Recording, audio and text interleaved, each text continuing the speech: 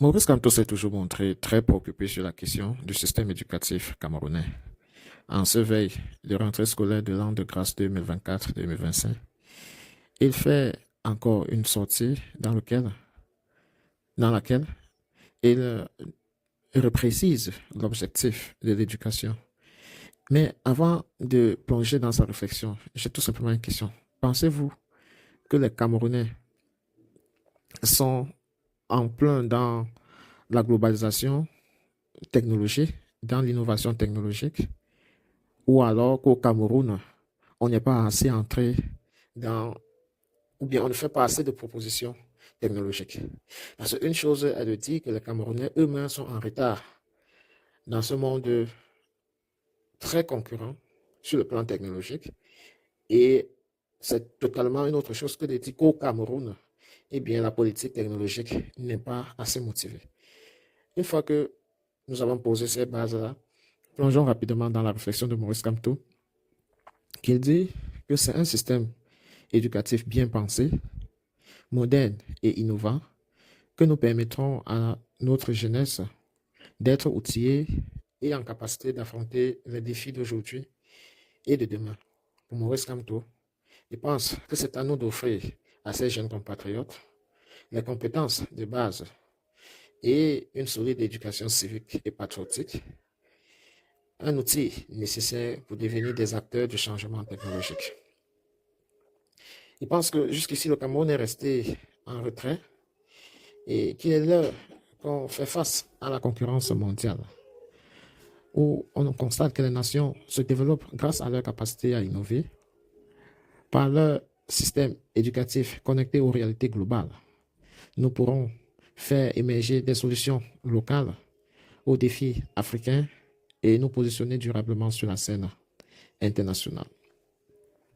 Quelques pays africains qui font déjà montre, on peut citer le Sénégal, le Ghana, l'Afrique du Sud. Il y a longtemps, elle avait pris de l'avance.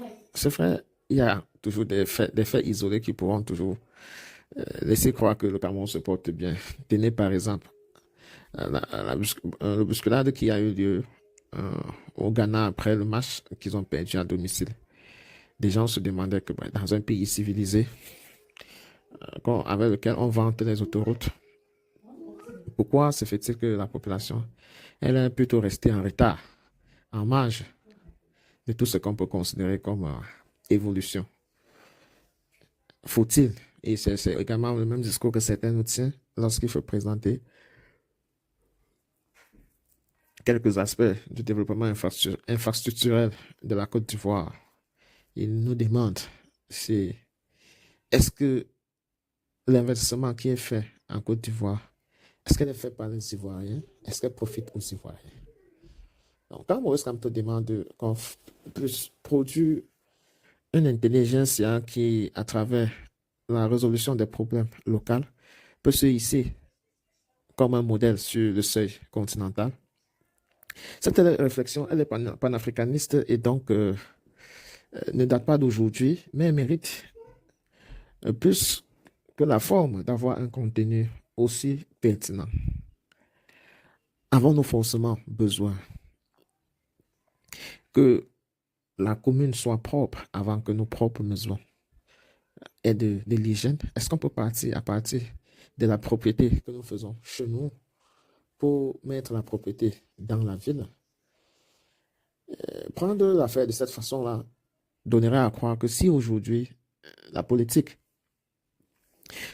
apprenait aux acteurs politiciens, aux militants, comment entreprendre dans leur propre vie, je pense que d'ici peu, beaucoup verront pourquoi et se trouveront beaucoup plus de raisons pourquoi méditer. Parce que, in fine, lorsqu'on observe l'agissement de ceux qui sont au pouvoir, leur façon de gérer, on n'a pas l'impression que c'est une fois arrivé là-bas qu'on peut changer des choses aussi radicalement comme on pense. Nous devons veiller sur notre famille, sur notre entourage et engager des conversations franques avec eux Parce que le modèle de développement qu'on pense, fut-elle innovatif, fut-elle technologique, fut-elle architectural, provient de, de notre capacité à optimiser les ressources que nous avons déjà, de, que nous avons déjà.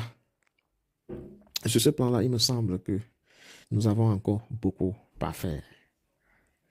Quel est le modèle de famille qui est idéal pour une société comme la nôtre?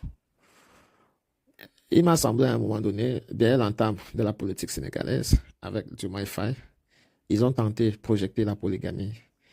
Et on est déjà à plus de 100 jours. J'ai l'impression que beaucoup ne se disent pas à ce sujet. D'ailleurs, ce gouvernement se fait déjà beaucoup critiquer. La réforme du système éducationnel peut-elle réellement trouver un issue si elle n'est pas basée sur le modèle familial? En Chine, à un moment donné, ils ont fait l'option d'un enfant par famille. Certains diront que le but, c'était pour réguler la population, mais il me semble davantage que le plus gros problème qu'on a dans notre société, c'est que beaucoup ont des enfants dont ils ne savent pas ils ont eu des enfants sans avoir des projets pour eux.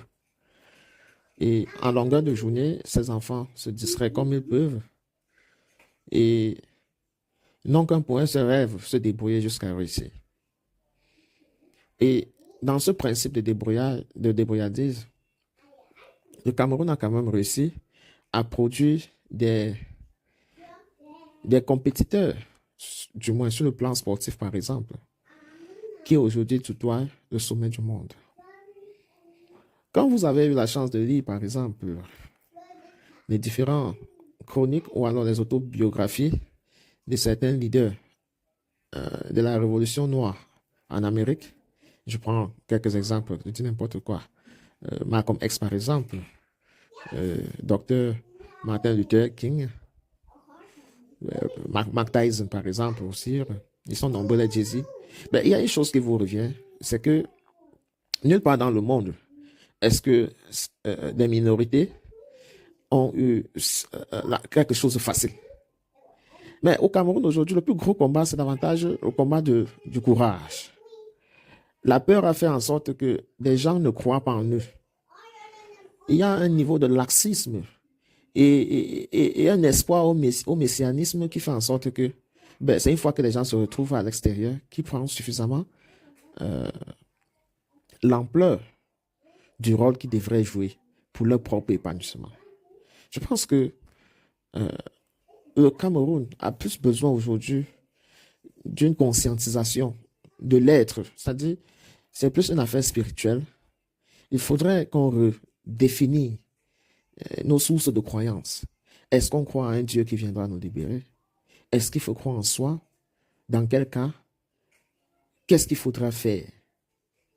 Je pense les chefs d'entreprise qui sont dans la Renaissance, les propriétaires d'établissements scolaires qui sont dans la Renaissance, les créateurs de contenu qui sont dans la Renaissance devraient davantage se pencher dans une conscientisation qui a pour objectif de déclencher ce sentiment de bravoure, de courage, soucher sur nos conditions de vie, parce que elle est pour moi ce qui est le plus important.